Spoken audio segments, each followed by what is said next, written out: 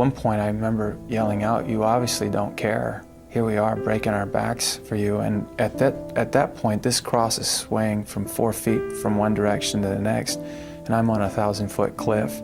If that thing snaps, I'm toast. It was over. And Mel didn't know what to do. It was just, we were in the middle of a shot, and all of a sudden the wind coming up this canyon. It's like going to the Grand Canyon and sticking a cross at the edge of it. It's all cemented in, and you know, you think you're safe, but then when those winds go, it's going back and teetering back and forth. And the hypothermia was horrendous.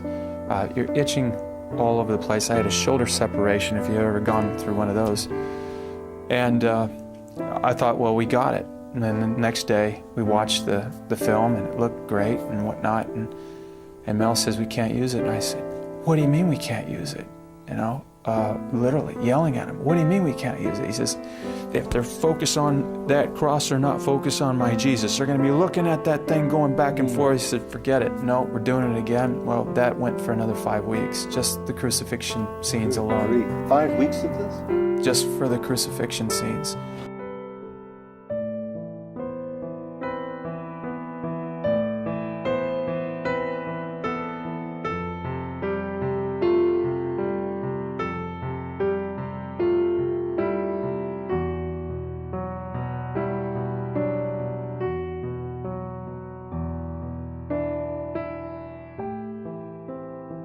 Isaiah the prophet said that Jesus was so disfigured and he was beaten and bruised so much that he was hardly recognizable as a person. We didn't even go there. We didn't even go to the full, what we read and what you're reading right there. We wanted people to get the visceral reaction of he's still human, you still see him, and keep them both, because there's something about how it can be so repulsive and so much that you kind of shut off. And we didn't want that. We wanted to take it to the point, but to keep people there. It's been rumored, I don't know how true this is, that as you were filming this, you were hit with lightning? Yes.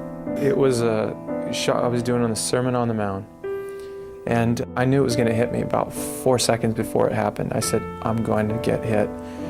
And when it happened, I saw the extras grab the ground in front of me.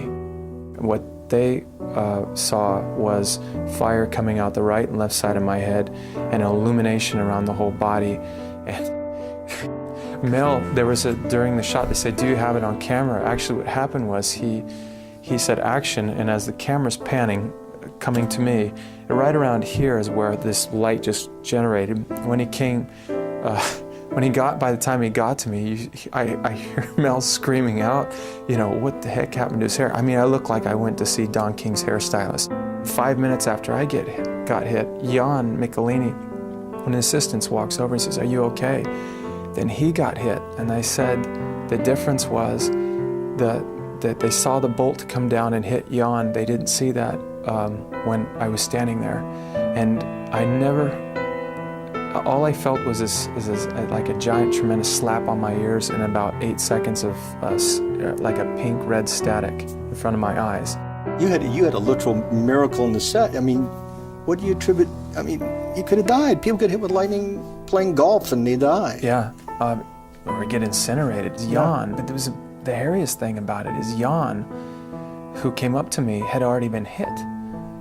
And I mean, 3 lightning strikes on one film, one guy getting hit twice and me getting hit obviously the one time, but and there were a lot of miracles. Other than that kind of a miracle. You mean on the set? Well, you know, one of the guys was a Muslim on the film. One of the guards that beat me converted. Had a real big experience in there, you know.